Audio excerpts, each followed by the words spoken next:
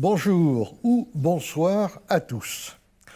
La grande romancière Marguerite Yourcenar le qualifiait d'érudit de génie.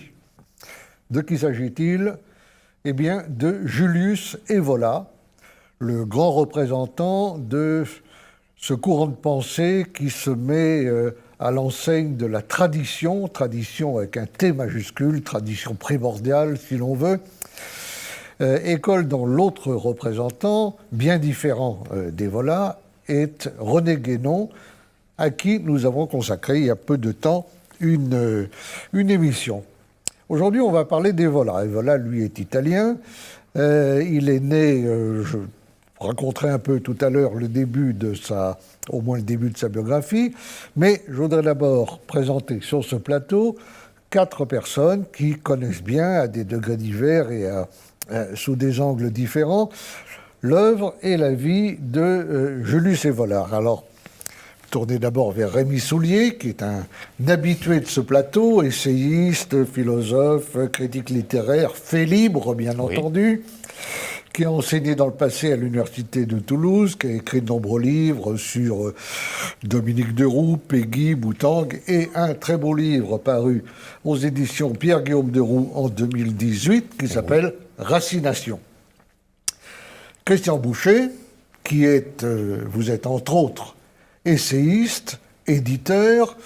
On peut dire que toute votre vie, vous avez été un peu fasciné à la fois par les spiritualités de marge, les écoles politiques un peu à l'écart, ou non conformistes à des titres divers, et vous dirigez les éditions Ars Magna, dont le siège est à Nantes, qui ont édité de nombreux livres, le catalogue est substantiel, mais notamment, il n'y a pas très longtemps, une petite brochure de lettres échangées par Julius Evola et Carl Schmitt.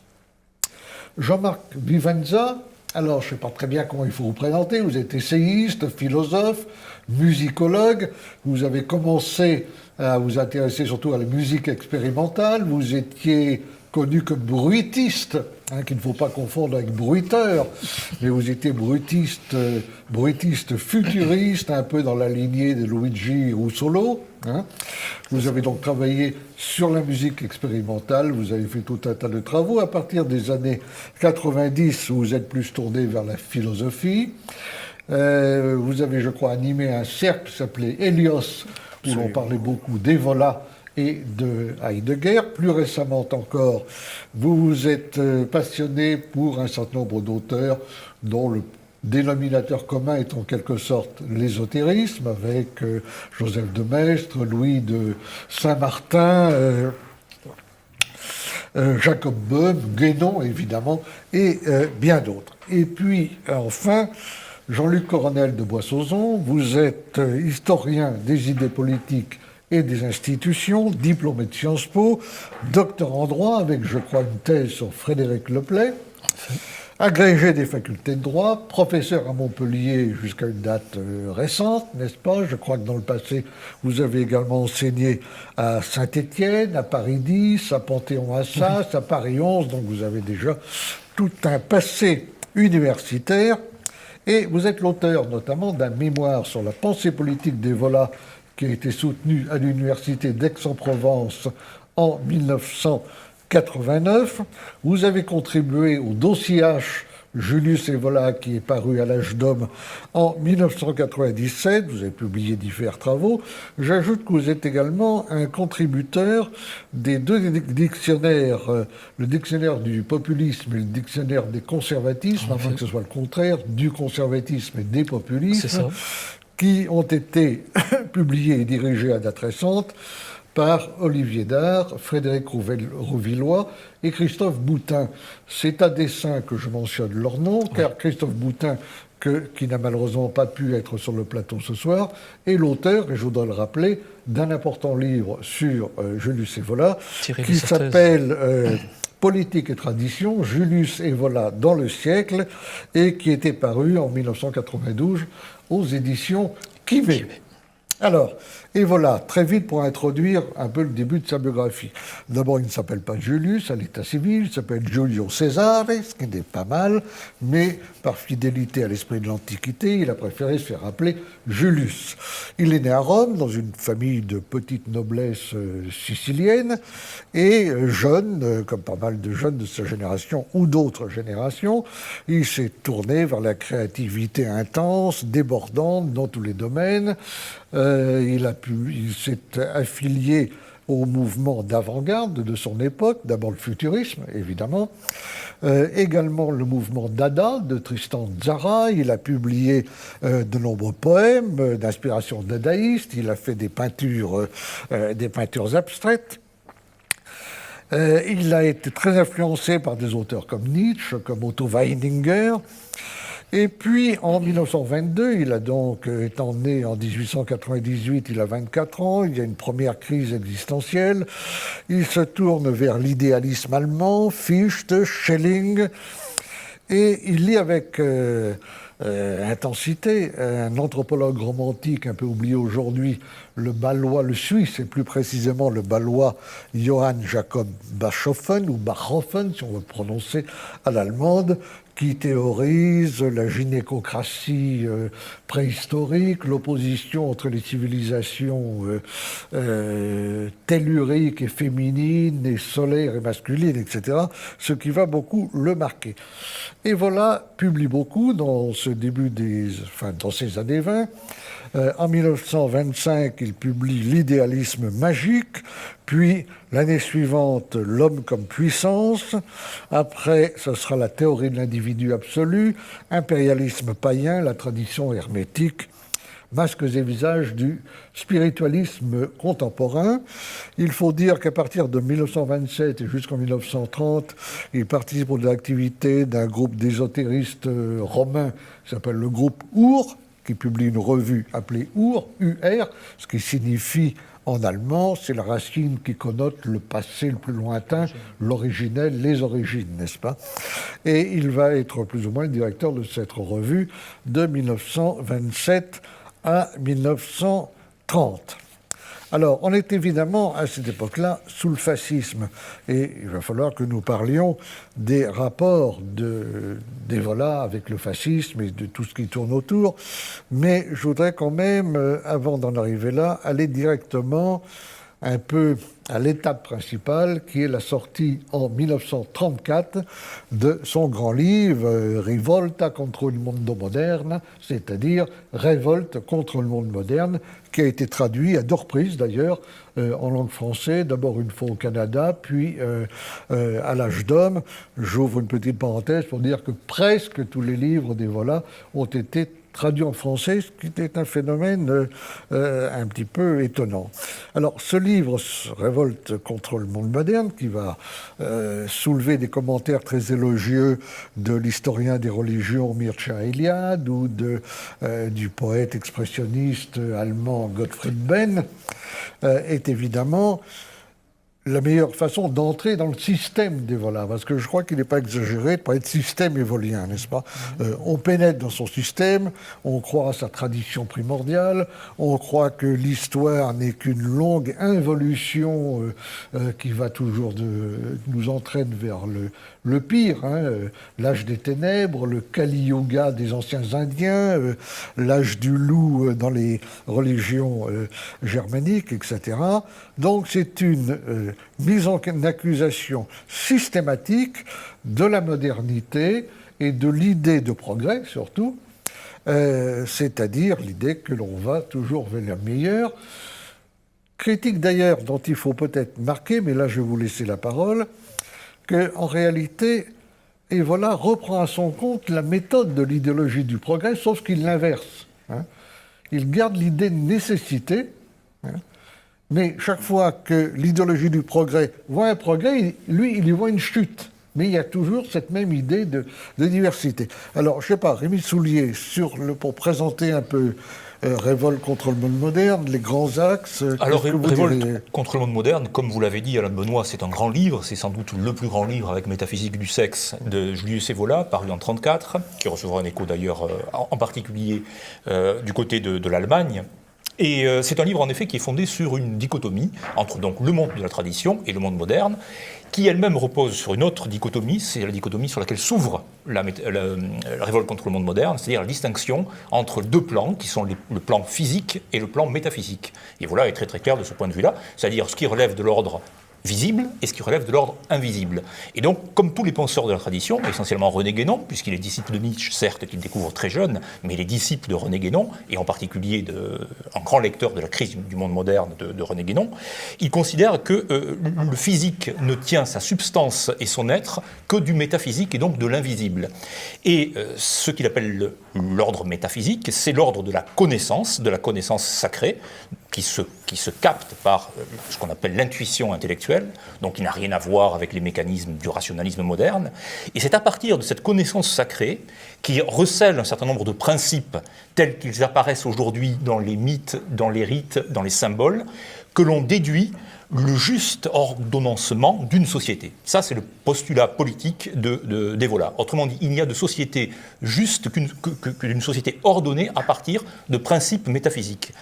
Mais, et pour faire allusion à ce que... Je m'interromps, c'est l'image de Mircea Eliade qui dit que dans les doctrines traditionnelles, la maison se construit par le toit. Oui, en quelque sorte, mais parce que le toit est en l'occurrence, c'est le sommet, c'est le pôle. C'est le pôle. Et la doctrine éolienne... C'est le haut qui détermine le bas. Exactement, exactement. Et le toit, c'est le pôle, donc c'est l'étoile polaire, c'est le ciel, c'est le domaine uranique, c'est le domaine divin, mais alors pas au sens des monothéismes, mais au sens beaucoup plus général, au sens du noumen, ce qu'il appelle d'ailleurs le noumen, le sacré, à partir de toute la tradition latine en particulier. C'est ça.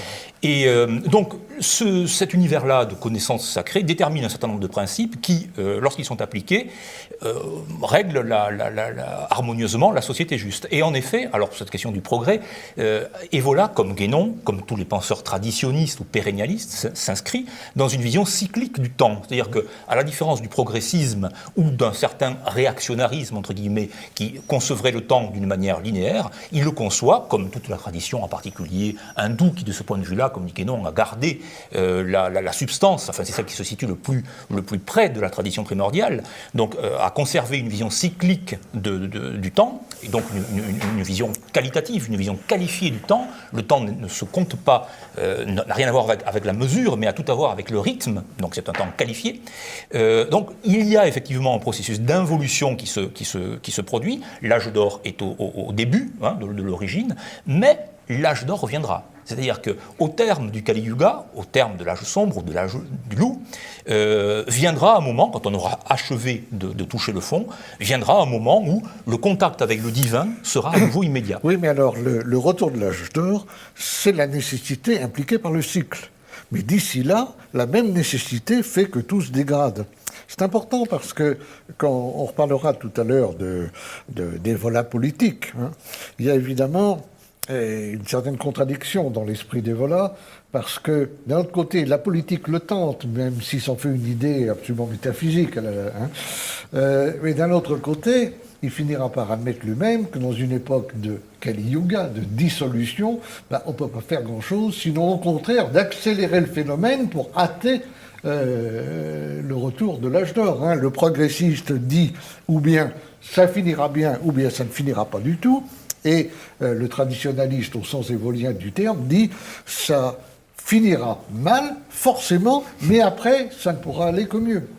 Ce qui est amusant d'ailleurs, juste encore un mot, c'est que Evola est aussi un critique radical du darwinisme, parce que pour lui, la théorie de l'évolution, c'est encore une variante de l'idéologie du progrès. Oui, je pense qu'on peut, sur cette question, être peut-être plus nuancé qu'à l'accoutumée dans la littérature sur Evola. Et Evola est, dans l'école pérennialiste, un mouton noir à divers égards. Et en fait, je pense qu'il est vraiment atypique, et notamment sur cette question du cycle. Je pense que si on lit avec vraiment attention Révolte contre le monde moderne, on s'aperçoit qu'Evola a une vision beaucoup moins systématique que celle d'autres pérennialistes, notamment le chef de l'école Guénon, de la chose. Je pense que les cycles se présentent comme des possibilités qui ont un lien avec la logique intérieure des sociétés humaines. Et effectivement, à partir d'un certain nombre d'effets de cliquet, on est pris dans ce que Platon appelait l'anacyclosis. Mais en lisant Evola, on s'aperçoit que chez lui, il n'y a pas ce déterminisme. Je le pense sincèrement, même s'il a pu varier. Je pense qu'Evola est vraiment au cœur de la représentation présentée par Max Weber des dieux comme valeurs. Et quand Max Weber parle de la lutte axiologique comme d'une guerre des dieux, eh bien je crois que là, on est au cœur de l'œuvre d'Evola. Ce qui est essentiellement Evola, c'est pas un penseur de la cyclicité fondamentalement. Celui qui cherchera ça sera déçu dans la Révolte contre le monde moderne. C'est un penseur de la morphologie. Et il cherche à identifier ce qui, dans chaque civilisation, est un pôle. Alors, on vous l'avait dit, masculin, féminin, matière, forme, ainsi de suite. On en reparlera. Mais en fait, ce qui l'intéresse, c'est le dynamisme, l'affrontement dialectique permanent, quel que soit le temps du cycle, à l'intérieur duquel s'affrontent des forces. Et Evola ne dit pas du tout que l'issue de l'affrontement de ces forces est automatique. Pas du tout. On voit très bien qu'il identifie les éléments culturels qui dominent, déclinent à l'intérieur des mêmes cycles. On peut même penser que la cyclologie traditionnelle peut être pensée comme macrocycle, microcycle, et à l'intérieur il y a beaucoup de possibilités, dont celle dont il est un théoricien de l'âge héroïque. Et finalement, cet âge héroïque, alors bon, il prend place entre l'âge de bronze et l'âge de fer chez Hésiode ou chez Vico, mais en réalité, on sent bien que pour Evola, il peut intervenir à tout moment, d'où la dimension de volontarisme d'Evola, qui, à mon avis, explique son appétence politique. Oui, à moins que ce soit son appétence politique qui explique son volontarisme et l'amène à s'inscrire. C'est là où d'ailleurs il diffère tout à fait de Guénon, n'est-ce pas ? Il y a chez Evola un idéal non seulement ascétique, mais guerrier. C'est le kshatriya, n'est-ce pas, selon la théorie indienne des castes par rapport au brahman. Pour Guénon, le brahman est au-dessus du kshatriya. Pour Evola, l'un et l'autre sont presque à égalité, et c'est ce qu'il va essayer de résoudre dans sa théorie de l'Empire, oui. Sa théorie de l'idée gibelline d'Empire, mais on y reviendra. Jean-Marc Vivenza, qu'est-ce que vous retenez d'essentiel dans Révolte contre le monde moderne ? Je crois d'abord que si l'on parle d'Evola, c'est qu'il a échappé au fond à une disparition très rapide, il ne faut pas l'oublier. Et la pensée évolienne prend naissance au fond de cette capacité à avoir échappé à un nihilisme qui lui semblait être destiné. Ce qui signifie qu'elle s'inscrit dans une dimension ontologique, donc purement métaphysique, presque de manière native. Le Julius Evola, vous en avez parlé, qui rencontre le futurisme au tout début de son existence, jeune adolescent, ne rencontre pas n'importe quel type de futurisme. Je crois que c'est là où, à mon avis, prennent source les éléments de référence que l'on va retrouver ensuite dans Révolte contre le monde moderne et d'autres ouvrages d'Evola. Il rencontre le futurisme florentin qui est dirigé par un personnage haut en couleur qui s'appelle Giovanni Papini. Oui. Papini, à l'époque, est un esprit très avant-gardiste qui est ouvert aux traditions de tous les horizons, et en particulier les traditions extrême-orientales. Il fait lire à Evola, c'est lui qui lui fait découvrir le Tao Te Ching, il lui fait découvrir la Bhagavad Gita, etc. Et Evola, qui s'inscrit dans ce courant futuriste, s'y inscrit d'une manière qui est, on pourrait dire, non pas uniquement artistique, mais philosophique, ce qui va le distinguer de beaucoup d'autres activistes futuristes. Et le passage au dadaïsme va se faire sur, au fond, un rejet des attitudes nationalistes étroites de Marinetti et de la plupart des dirigeants, lui recherchant une dimension, osons le mot, plus transcendante, plus métaphysique, qu'il va retrouver chez Tristan Tzara, chez la plupart des animateurs du courant dadaïste. Et alors, la rencontre marquante, c'est que ce jeune homme en crise existentielle, qui fait usage de psychotropes, qui n'hésite pas à des expériences limites, comme on dirait aujourd'hui, décide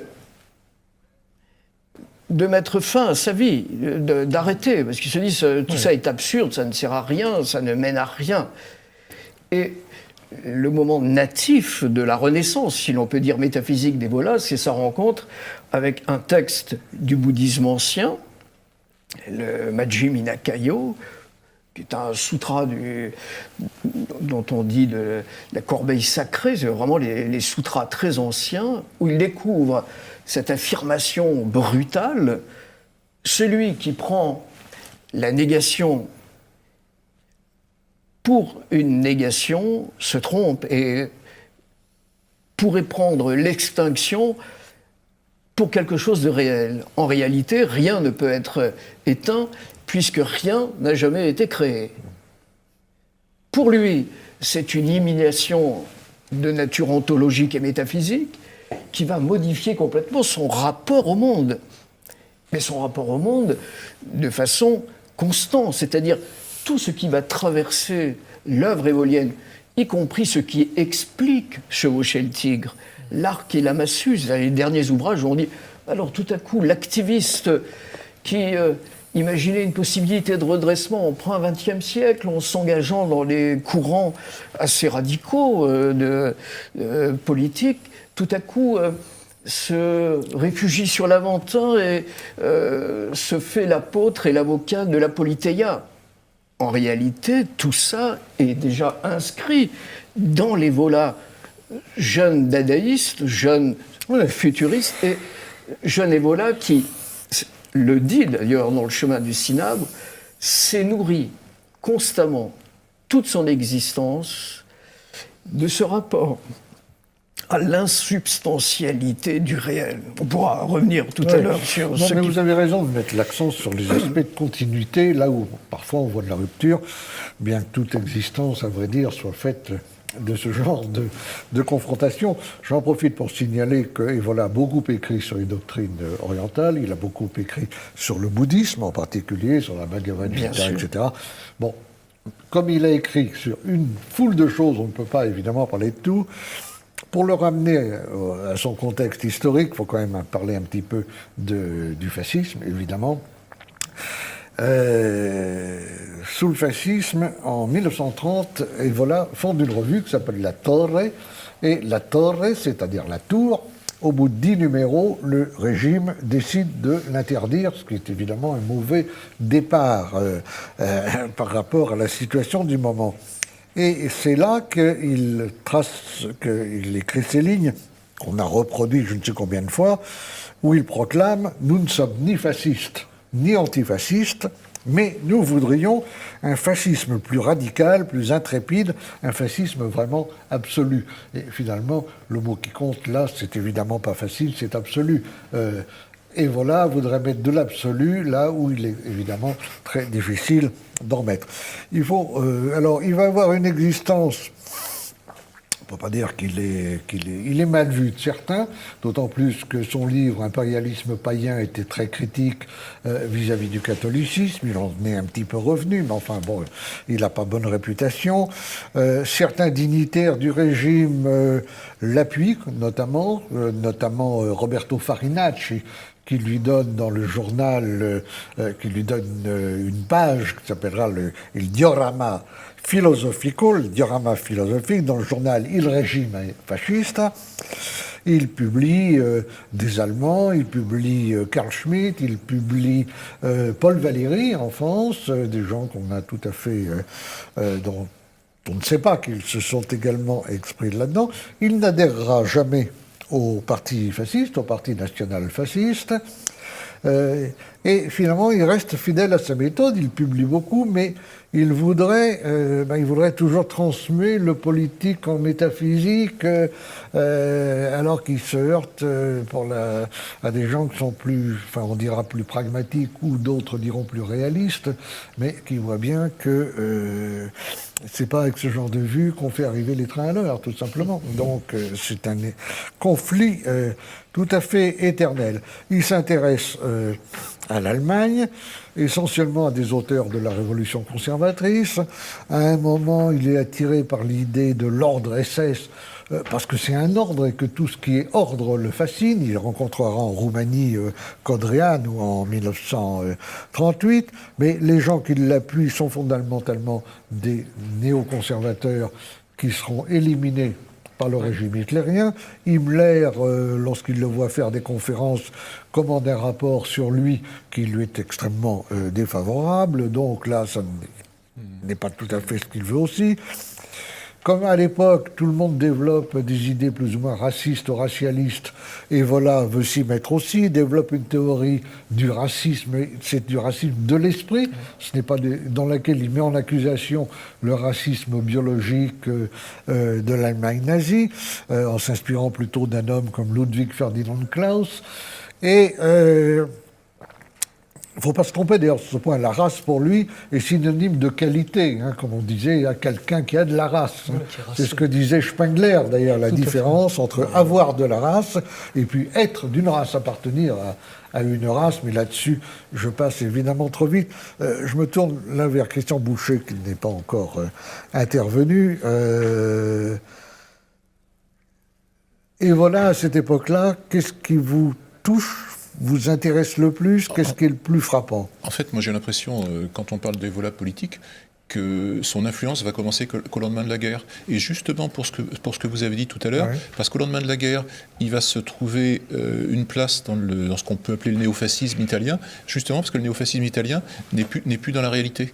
Ils n'ont plus d'influence sur la réalité. Donc en fait, eh bien, il va pouvoir donner des idées qui n'ont pas à se réaliser, puisqu'ils sont à quelques pourcents, et à cette époque-là, il devait être à 2-3% des voix. Donc en fait, et en plus, ce qui est intéressant à voir, c'est que quand il va réapparaître dans le champ politique, avec au début du mouvement social italien, Evola appartient à un courant qui est le courant le moins politique du MSI. C'est-à-dire le courant, je crois que ça s'appelle les Fils du Soleil, et où il développe des tas d'idées, mais qui n'ont absolument aucune audience dans la population italienne, alors que le courant au sein du néofascisme italien qui a de l'audience, c'est ceux qui continuent la République de Salo. Or, oui, alors c'est d'ailleurs un très grand paradoxe, parce que je suis d'accord avec vous pour dire que Evola, sous le fascisme, n'a pas eu une très grande influence. Il a eu une audience, bien entendu, mais il n'a pas eu une grande influence, alors qu'il a eu une influence, après la guerre, en Italie et ailleurs, sur des groupes, disons, plutôt de la droite radicale, hein, et notamment en Italie, sur le groupe Ordine Nuovo, qui se réclamait directement de la République sociale de Mussolini, que Evola détestait. Non. Il exécrait la République sociale après 1943, justement parce qu'il la trouvait plébéienne, sociale, socialiste, et qu'il avait horreur de toutes ces choses-là, parce que c'est un élitiste absolument absolu, là, justement. Moi, je suis pas d'accord avec vous là sur Ordine Nuovo, hein, parce que si vous prenez à cette période-là le champ politique du nationalisme italien, ceux qui soutiennent la République sociale, c'est un courant particulier qui est un courant qu'on peut dire nationaliste de gauche. Et Rauti et ceux qui fondent le Ordine Nuovo s'opposent à ce courant-là. Et ils s'opposent à ce courant-là justement pour des idées traditionnelles. Ils ne veulent pas continuer la République sociale, ils veulent créer quelque chose d'autre. Oui, ils ont quand même un regard, plus tard, les gens autour de Rauti, un regard plutôt positif sur la République sociale. Hein. Peut-être plus tard. C'est plus tard, parce qu'il y a un changement, alors à une date qui m'échappe un peu, mais il y a un changement à un moment de Rauti et de ses partisans, et le courant fasciste de gauche de la République sociale disparaît. Et à un moment, hop, Raoult fait un peu un... Mais c'est beaucoup plus tard. C'est vrai. C'est un sujet d'ailleurs passionnant. Il faudrait étudier tous les courants du fascisme de gauche, etc. Ça nous emmènerait malheureusement trop loin. Je voudrais qu'on vienne un peu, Jean-Luc Cornel de Boissonzon, sur... à propos des idées politiques de Zola. Finalement, fondamentalement, c'est un monarchiste. Oui, mais attendez, à fait. c'est pas un monarchiste à la Maurras, c'est un monarchiste à la Dante, celui du démonarchia, c'est-à-dire l'idée du monarque sacré, et sinon c'est un monarque qui est un peu un empereur en même temps, d'où sa sympathie pour les Gibelins contre les Guelfes. Oui, tout à fait. Il y a une anecdote très éloquente en la matière. Quand Evola, inspirant certains des jeunes groupes de la droite radicale italienne, a été incarcéré, puis présenté à un juge en 1951, il a dit « Si je dois comparaître devant vous, devrait comparaître en même temps que moi le Platon de la République, le Dante du démonarchia, et aussi Metternich ou Bismarck ». Et il livrait sa vérité politique, c'est-à-dire que voilà est fondamentalement en fait un contre-révolutionnaire, là aussi d'un type très particulier, qui voit dans la monarchie non pas tant le gouvernement d'un seul, mais le gouvernement de l'un, et qui, en quelque sorte, voit dans cette institution monarchie qui peut être soit royale, soit impériale, la prééminence de ce qu'il appelle l'esprit, et qui est dans l'homme, dans son analyse anthropologique, le centre de l'homme, de même que, au fond, dans les sociétés, il voit, et là aussi, je pense qu'il ne voit pas tant un dualisme entre ce qui serait, dans une formulation chrétienne, une cité terrestre et une cité céleste, hermétiquement indépendantes l'une de l'autre. Il voit dans les sociétés... C'est vrai qu'Evola est un moniste assez paradoxal. C'est-à-dire qu'il pense que les sociétés sont une, mais je dirais que c'est un penseur non pas du dualisme, mais de la centralité. Il pense que dans les sociétés, il y a un élément en quelque sorte périphérique, et puis il y a un élément nucléaire, un élément de noyau, qui est le centre. Et il prend l'image bien connue dans l'hindouisme ou le bouddhisme de la roue tourne, mais le moyeu, le centre, est immobile. Ce qui est vrai dans une société, et là, c'est vrai qu'il reprend toute la question platonicienne du principe et de la manifestation, et voilà, pense que, en quelque sorte, une société légitime est constituée de telle sorte qu'en permanence, le devenir est ramené vers l'être, vers la stabilité, vers un pôle de stabilité. Et certaines institutions favorisent cela à ses yeux. L'institution de la monarchie, pour lui, est avant tout quelque chose qui donne une tonalité à la société à partir d'un centre que, intéressé notamment par la tradition chinoise, il appelle le moteur immobile, c'est-à-dire un monarque dont la présence en soi crée les conditions de l'agir sans agir, d'une action qui ne se perd pas dans la contingence. C'est l'image de l'étoile polaire. C'est l'image de l'étoile fixe quand tout le firmament tourne autour. Je crois qu'il y a un point sur lequel il faut insister. À propos de cette idée du monarque sacré, un peu comme il y a eu une publication en France monarchiste qui s'appelait La Place Royale. La Place Royale. Qui voyait là, il faut citer, si vous le permettez, Benoît, il faut citer Henri Montaigu, qui disait « Le roi est le soi, et ce n'est pas ailleurs qu'en toi-même que doit d'abord être restaurée l'universelle monarchie. » Voilà, et ça, c'est évidemment très loin de l'action française. Et c'est intéressant d'ailleurs de noter que Julius Evola n'est pas du tout un nationaliste. Il n'aime pas beaucoup le nationalisme. Pour lui, la qualité aristocratique, la virilité spirituelle se joue un peu des frontières. La patrie, pour lui, est de l'ordre du naturalisme. À la patrie, il oppose, non pas bien sûr le cosmopolitisme, mais il oppose l'ordre avec toujours O majuscule, parce que l'ordre viril, l'ordre qui rejette d'un même mouvement ce qui est en bas, ce qui est féminin et ce qui est populaire. Disons-le tout de suite, Julius Evola n'était évidemment pas très démocrate, il serait aujourd'hui pas du tout populiste. Je crois qu'il ne faut pas se faire d'illusions là-dessus. Il est dans son système. Alors, on a un peu brûlé les étapes, mais effectivement, à la fin de la guerre, lorsque Mussolini est destitué en 1943, Evola part en Allemagne, puis très vite en Autriche, où il s'installe, et c'est alors qu'il se trouve à Vienne qu'en 1945 passe un événement. Il est frappé par le haut. Absolument. Pourrait-on dire dans le langage évolien, oui. C'est-à-dire qu'il est pris dans un bombardement, et dans le bombardement, il perd l'usage de ses deux jambes, ce qui est évidemment terrible pour tout un chacun, mais peut-être plus encore pour un homme qui était un grand alpiniste. Tout à fait. Il avait fait beaucoup d'expéditions d'alpinisme. Pour lui, c'est toujours la montée vers le haut, c'est toujours la même image qu'on retrouve.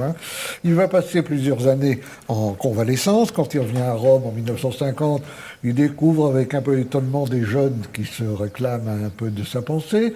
C'est pour eux qu'il va écrire d'abord une petite brochure en 1950 qui s'appelle « Orientation », au pluriel, et puis un livre assez connu, c'est « Les hommes au milieu des ruines », qui a été traduit en France, il faut le signaler, par les éditions de Sec Couleur, dirigées par Maurice Bardèche au tout début des années 60.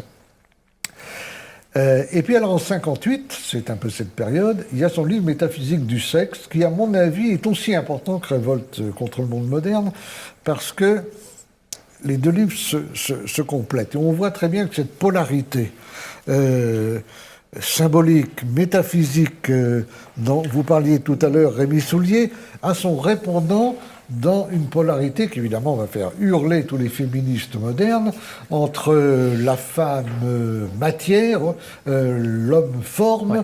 La femme de l'ordre de la civilisation nocturne et lunaire, l'homme du côté de l'ordre lumineux et solaire, etc. Pour Evola, les rapports de sexe, c'est la confrontation de deux idéal types. Au sens weberien du terme. Oui, tout à fait. Oui, et le mieux, c'est que l'un ou l'autre se rapproche de son idéal type, alors qu'en même temps, et voilà, que pense que psychologiquement, les gens sont faits de féminin et de masculin. On pourrait faire une correspondance un peu avec ce que dit Jung, d'ailleurs, de ce point de vue-là, de l'animus et de l'anima. Là encore, on va trouver que le livre Métaphysique du sexe a été édité, traduit en français, mais c'est un livre, personnellement je le trouve extrêmement contestable parce que je suis d'accord avec rien, mais le problème n'est pas là, c'est un livre très important dans son système et dans l'histoire des idées en général. Rémi Soulier... Oui, mais c'est-à-dire que vous parliez tout à l'heure de l'absolu, et effectivement, l'absolu se manifeste à plein dans ce livre-là aussi. C'est-à-dire, ce qui l'intéresse, c'est la femme absolue, il l'écrit, ou l'homme absolu, il l'écrit également. Mais on peut insister effectivement sur cette distinction qui est en effet centrale dans son œuvre entre ce qui est de l'ordre viril, solaire, jupitérien, et puis ce qui est de l'ordre féminin, tellurique, chthonien, lunaire, enfin... mais Métaphysique du sexe, c'est aussi le souvenir, et plus que le souvenir d'ailleurs, de l'androgyne, on revient à Platon, c'est-à-dire que c'est la quête de l'unité. Et s'il y a ces deux figurations de l'absolu dans l'œuvre d'Evola, c'est aussi parce que lorsque ces deux figurations de l'absolu se rencontrent, elle manifeste ce fameux un, ce désir d'unité qui était originel, là encore. C'est le thème de l'androgyne originel. Donc ce qui est visé par Evola, c'est l'unité première. Enfin, oui, c'est encore cette... Là aussi, c'est très important, parce que je disais à l'instant... le dédain qu'il manifeste quand même pour tout ce qui est féminin, évidemment, ferait hurler les féministes modernes. En même temps, par les voies qui lui sont propres, la thématique dans l'androgyne rejoint quelque part, comme on dit, les études queer, n'est-ce pas, ce qui est important de voir, c'est que Evola ne se pose pas du tout, là encore, dans la position du naturalisme, de la physiologie et du biologique. Il ne dirait pas aux théoriciennes du genre que le genre n'est peu de choses que par rapport à l'enracinement dans le sexe biologique. Non, là aussi, il n'argumente pas par le bas, mais par le haut, par la métaphysique. C'est en cela qu'il y a bien une métaphysique du sexe et que la lecture du livre est, je trouve, très intéressante. Il me semble, je me trompe peut-être, Jean-Luc Coronel de Boissauzon, mais vous aviez écrit quelque chose, peut-être un essai un jour sur... justement sur ce thème de la métaphysique du sexe. Oui, j'avais été amené à m'intéresser à toute cette famille de penseurs conservateurs qui néanmoins ont des idées peu favorables à la continuité entre ordre familial et ordre étatique, notamment Hans Blüher, avec lequel Evola était en contact, qu'il a publié, si mes souvenirs sont bons, dans le Diorama Philosophico. Et donc, effectivement, il y a chez Evola, il partage avec Blüher cette idée, effectivement, que, en quelque sorte, la police est masculine, la civitas est masculine, l'oikos est féminin, la domus est féminine, ainsi de suite. Une symbolique qui a été développée, il faut bien le dire, dans une foule de religions traditionnelles ou de sociétés traditionnelles. Tout à fait. Et voilà, systématise. Il systématise. Il y a l'ordre mâle et puis la naturalité de la terre-mère qui quand même quelque chose dont il faut s'éloigner pour qu'une virilité spirituelle puisse émerger vers quelque chose d'héroïque qui permette d'atteindre l'impersonnalité active, à l'individu de se défaire de sa simple individualité, d'accéder à une transcendance, et pour ça, effectivement, d'être sans famille, sans enfant, sans bagage, dit Evola, sin impedita, sans bagage. Il ne faut pas se surcharger de ces choses-là si l'on veut aller vers le haut. Il faut même se désencombrer pour Evola. Oui, tout à fait. Il faut faire une ascèse du dépouillement. Et il va jusqu'à parler de la nécessité du retrait du monde et du désencombrement de tout ce qui pourrait alourdir, appesantir l'ascension de l'esprit. On est là dans une perspective ascensionnelle qui n'est pas simplement de gravir des pics élevés dans les montagnes alpines. Mais toujours transcendance par la voie de la clarté. Par exemple, c'est quelque chose de très intéressant. Et voilà, déteste la mystique. Pour lui, la mystique relève de la dimension féminine de notre âme. Absolument. C'est la passivité. Sur quoi il rejoint Guénon, d'ailleurs. Le mystique est passif. Oui. Donc il est forcément du côté de la féminité. Bien sûr. Donc on retrouve toujours ce schéma, c'est la raison d'ailleurs pour laquelle je parlais tout à l'heure de système évolien. Oui. C'est pas péjoratif, mais il y a des auteurs qui ont des systèmes et des auteurs qui n'ont pas de système, qui sont beaucoup plus impressionnistes dans leur façon de faire. Et voilà, c'est un système. Si à ceci, vous n'êtes pas cela. Il n'y a jamais de dialectique chez vous. C'est toujours pôle contre pôle. Mais je m'inscrirai en faux, c'est précisément parce que c'est pôle contre pôle qu'il y a une dialectique. De même que... Alors sur le plan des sexes, oui, c'est vrai. Alors sur le plan des sexes. Mais c'est vrai aussi, à mon sens, politiquement. Ce que vient de dire Jean-Marc Vivenza est vrai pour une élite ascétique, de type finalement d'un sacerdoce particulier chez Evola, puisque c'est un ascétisme très actif. Mais, et voilà, on reste conscient du fait que ce n'est pas une voie majoritaire et qu'à l'intérieur de toute société, c'est ça le parallèle à faire entre le couple et la société, le couple peuple-État, c'est qu'il y a toujours cette dialectique, cette tension. Et voilà n'est pas du tout un penseur d'un âge d'or merveilleux et irénique. C'est un penseur de la tension dans l'homme, où l'esprit est le pôle vers lequel il doit tendre, et de la tension dans une société. Et alors, il l'est d'un point de vue universel à divers égards, parce qu'il pense que l'esprit est partout principiel, mais il l'est aussi dans un sens plus local quand il s'intéresse aux expressions civilisationnelles et notamment à la sienne. Et là, je voudrais dire très rapidement combien Evola a saisi l'esprit de la civilisation romaine antique et du droit romain, la lecture d'Evola favorise, notamment chez l'historien des institutions de l'Antiquité, la compréhension d'un grand nombre d'institutions romaines. Pensez à Rome, la lignée est agnatique, elle passe par les mâles, elle n'est pas cognatique, elle ne passe pas par les femmes, parce que la cognation, comme le dit l'étymologie, c'est le cum natura, ce qui vient par la mer et avec la nature, et que l'agnatio, par exemple, c'est ce qui est ajouté ad natura, ce qui est augmenté, augéré par rapport à la nature.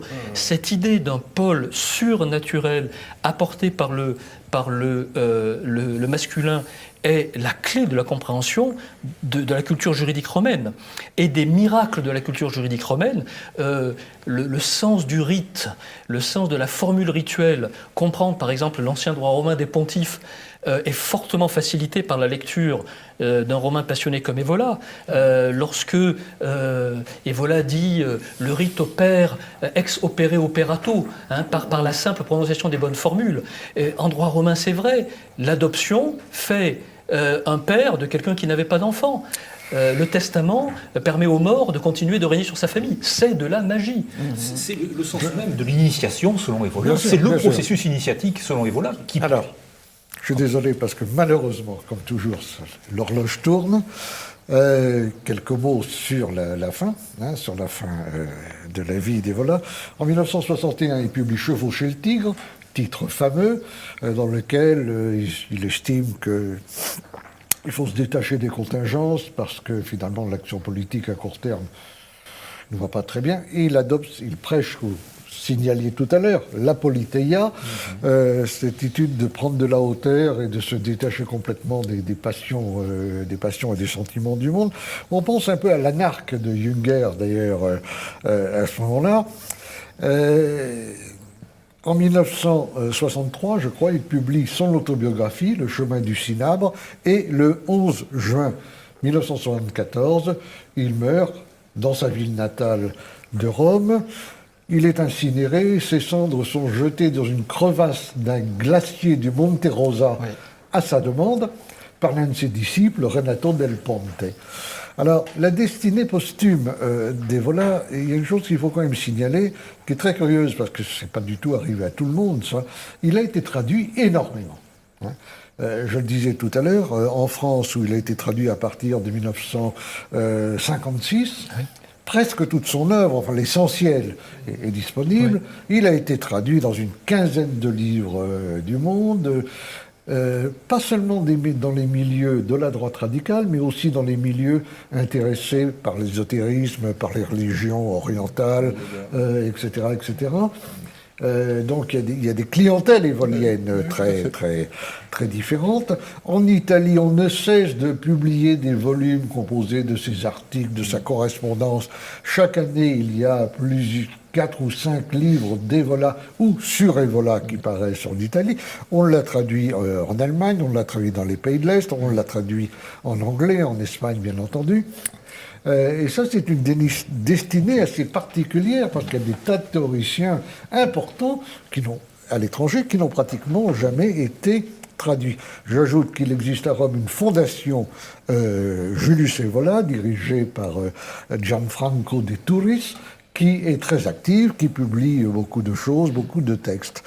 Alors, qu'est-ce qui reste d'Evola aujourd'hui ? C'est un peu le dernier mot que je voudrais vous entendre prononcer. Qu'est-ce qu'il en reste, au-delà du fait que c'est un auteur tout à fait passionnant, qui a beaucoup de choses à tirer de son œuvre, notamment sur le plan éthique, mais également sur la connaissance des institutions, l'ancienne Rome, des interprétations des religions orientales, etc. Rapidement, qu'est-ce qu'on peut tirer et retenir d'Evola aujourd'hui, Christian Boucher? Écoutez, c'est plus ou moins un kaléidoscope, quoi. On va tout trouver chez Evola, et en fait, c'est pour ça qu'il attire une clientèle extrêmement différente. On n'a pas parlé, par exemple, tout à l'heure de ses travaux sur le yoga tantrique. Oui, c'est vrai. Ça a été publié chez Fayard, donc c'est quand même un gros éditeur et tout ça, quoi. On parlait des traductions d'Evola, il y a le russe et il y a le turc. Qu'Evola a été traduit en turc, c'est quand même assez surprenant, des choses comme ça. Et en fait, on va trouver des tas de gens qui s'intéressent à Evola et qui n'ont, la plupart du temps, pas un point commun. Alors, il y en a quelques-uns qui vont pousser le vice jusqu'à faire une panoplie complète évolienne, yoga tantrique, voilà, vous arrivez à tout mettre bout à bout, quoi. Mais assez souvent, vous avez des clientèles complètement différentes, quoi. C'est pour ça qu'au début de cette émission, je citais le nom de Marguerite Yourcenar, parce qu'elle est très connue, elle a été membre de l'Académie française. On ne s'attend pas à ce que Marguerite Yourcenar, a priori, ait une telle admiration pour quelqu'un comme Julius Evola. Et pourtant, c'est le cas. Donc, c'est une bonne illustration. Jean-Marc Vivenza, qu'est-ce qui reste? L'héritage d'Evola, par rapport à tout ce qui a été dit, qui me semble tout à fait pertinent concernant la substance traditionnelle et le rapport à l'antique, comme le rapport aussi au devenir dans la pensée évolienne.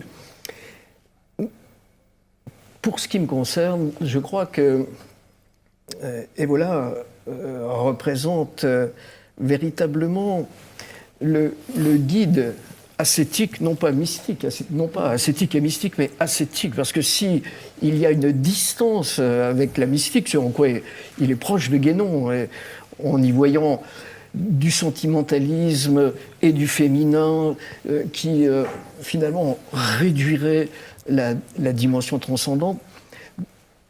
En revanche, c'est un maître de l'ascèse, c'est un maître de la marche en héros à travers les temps qui sombrent, fatalement, de manière destinale, dirait Heidegger, mais parce que, même s'il le critique d'ailleurs, partie des paradoxes... Je pense que Evola n'a pas compris Heidegger, mais c'est une autre question. C'est vrai, c'est un sujet sur lequel il faudrait revenir, mais... d'une manière assez paradoxale, lorsque Evola critique Heidegger dans Chevaucher le tigre, au fond, il ne s'aperçoit pas que ce qui, dans Heidegger, pourrait lui être intégré dans sa perspective, lui est extrêmement proche. C'est assez paradoxal. Enfin, refermons cette parenthèse.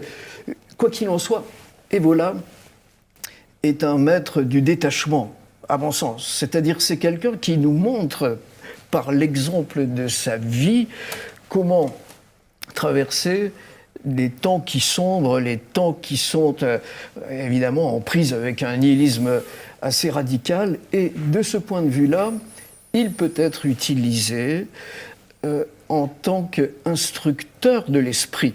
C'est un maître de l'esprit, puisque lui-même a réussi à se sauver par des méthodes qu'il explique, qu'il développe, et dont il a fait même un livre dont vous avez parlé, évidemment, La doctrine de l'éveil, 1943. 2 grands chapitres, l'action et la doctrine. Si l'on se penche attentivement sur les 2 phases de ce livre majeur, à mon avis, on a la ligne générale de la pensée. Il faut que nous arrêtions là, très rapidement. 10 secondes. 10 secondes, c'est bien simple. Je dirais qu'Evola, en effet, c'est la leçon d'un maître stoïcien aussi pour traverser les sombres temps. Je crois qu'il termine Chevaucher le tigre en disant que fais en sorte que ce contre quoi tu ne peux rien, ne puisse rien sur toi, c'est une leçon qui me paraît intemporelle. Dans les Cornell de Poisson. Zygmunt Bauman a parlé de la société liquide, Evola l'avait annoncé. Dans cette société liquide, à quoi est-il possible de s'accrocher? Evola le montre. T.S. Eliot avait un mot pour cela, the permanent things. Très bien, donc permanence, détachement, ascèse, dans une période sombre et une société liquide. Merci à vous d'être venu parler de Julius Evola et à bientôt pour une nouvelle émission.